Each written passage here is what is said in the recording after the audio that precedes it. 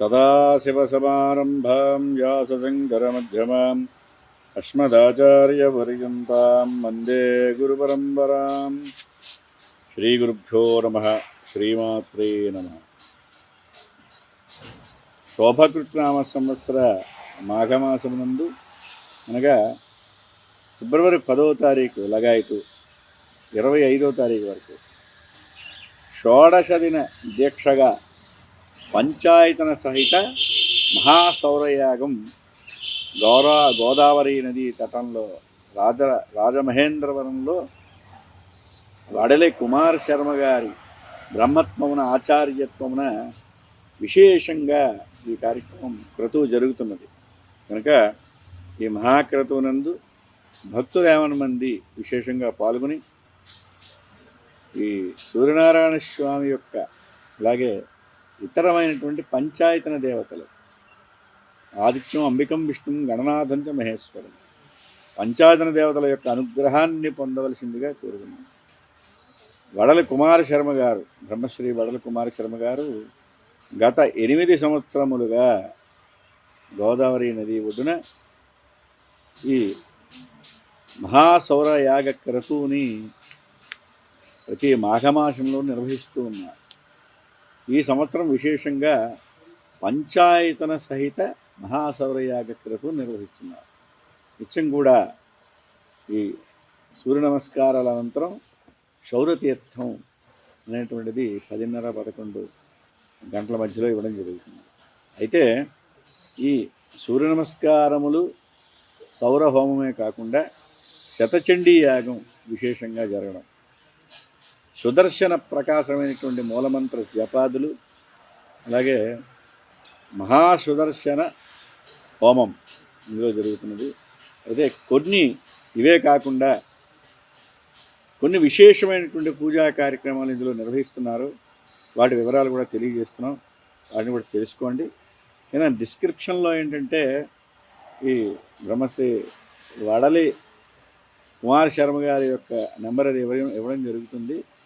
వారిని కాంటాక్ట్ చేసి మీరు ఏ పూజలో పాల్గొనదలుచుకుంటున్నారో ఆ పూజకు సంబంధించినటువంటి రసీదును కట్టి మీ నామగోత్రాలను నమోదు చేయించుకోమని ప్రార్థిస్తున్నాం.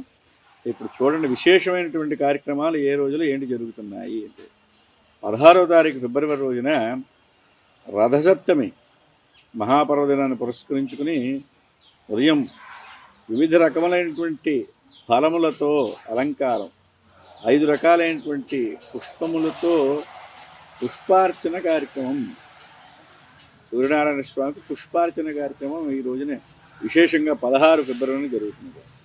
అలాగే 14వ తారీఖు బుధవారం నుంచి 18 ఆదివారం వరకు కూడా 5 రోజులు కంటిన్యూస్గా 5 రోజులు మహాలక్ష్మి అనుగ్రహ ప్రాప్తి కొరకై చేసుకునే విధానంగా మహాలక్ష్మి అనుగ్రహం ప్రస్తుతం ఎంత అవసరం ఉన్నదో అందరికీ తెలిసిందే. లక్ష్మీ మనపగామినీం అంటారు. మనలో ఉండేటువంటి దారిద్ర్యం తొలగాలంటే లక్ష్మీ ప్రాప్తి కలగాలి.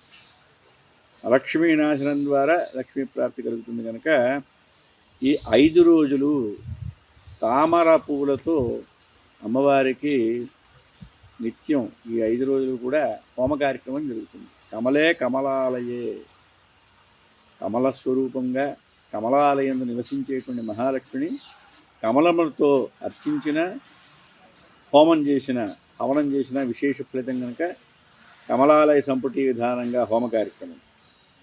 అలాగే 13 ఫిబ్రవరి నుంచి ఉదయం పూట 13వ తారీఖుని విశేషంగా ఆవేళ చవితి మంగళవారం సిద్ధిబుద్ధి సమేతంగా వరసిద్ధి వినాయక స్వామి యొక్క కళ్యాణ మహోత్సవం. దీనివల్ల ఏంటంటే జనాకర్షణ, విఘ్న నివృత్తి, వ్యాపారాదులు చేసేటువంటి వాళ్ళకి విశేషమైనటువంటి వ్యాపారాభివృద్ధి, ధనప్రాప్తి కలుగుతుందని తెలియజేస్తున్నారు. అదేవిధంగా 15వ తారీఖుని షష్ఠీ గురువారం నాడు వల్లీ దేవసేన సమేతమైనటువంటి సుబ్రహ్మణ్య స్వామి యొక్క కళ్యాణ మహోత్సవం, వివాహ విలంబం, పెళ్ళి ఆలస్యం కావడం, అలాగే ప్రేమ పెళ్ళిళ్ళు విఫలమవుతూ ఉండడం, పెళ్లి చేసుకుని విడిపోయేటువంటి వరకు కూడా వెళ్ళడం, పెళ్ళైన సంతానం కలక్కపోవడం, విభేదాలు రావడం, భార్యాభర్తల మధ్య అనురాగ లోపం జరగడం, వీటన్నిటి దోష నివృత్తి కొరకే ఈ సుబ్రహ్మణ్య స్వామి యొక్క కళ్యాణం. తదుపరి 17వ తారీఖు దశమి శనివారం. ఆ రోజున రమాసహిత వీరవేంకట సత్యనారాయణ స్వామి అనుగ్రహానికై కొరకు సత్యనారాయణ స్వామి యొక్క కళ్యాణం. మనం జనరల్గా సత్యనారాయణ స్వామి వ్రతాన్ని చూసుంటాం, కానీ త్రిమూర్తుల్ని ఆరాధన చేసినటువంటి సకలమైనటువంటి ఫలితాలు కలుగుతాయి. ఎందుకంటే త్రిమూర్తి స్వరూపంగా సత్యనారాయణ స్వామిని చెప్తారు కనుక ఈ కళ్యాణంలో మనం పాల్గొంటే ఆ కళ్యాణానికి మన నామగోత్రాలు నమోదు చేసుకోవడం ద్వారా సత్యనారాయణ స్వామి వారి అనుగ్రహం అంటే త్రిమూర్తుల యొక్క అనుగ్రహం కలుగుతుంది అని చెప్తున్నారు.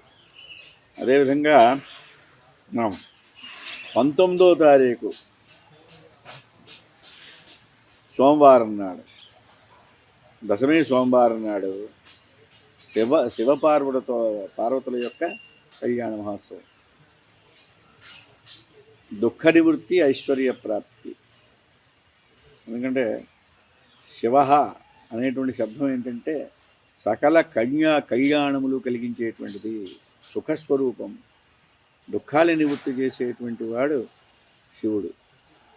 శంకరోతి శంకర అంటే ఉండేటువంటి సకల దుఃఖాలని నివృత్తి చేయగలిగిన వాడు శంకరుడు కనుక వారి కళ్యాణంలో పాల్గొంటే విశేష ఫలితం.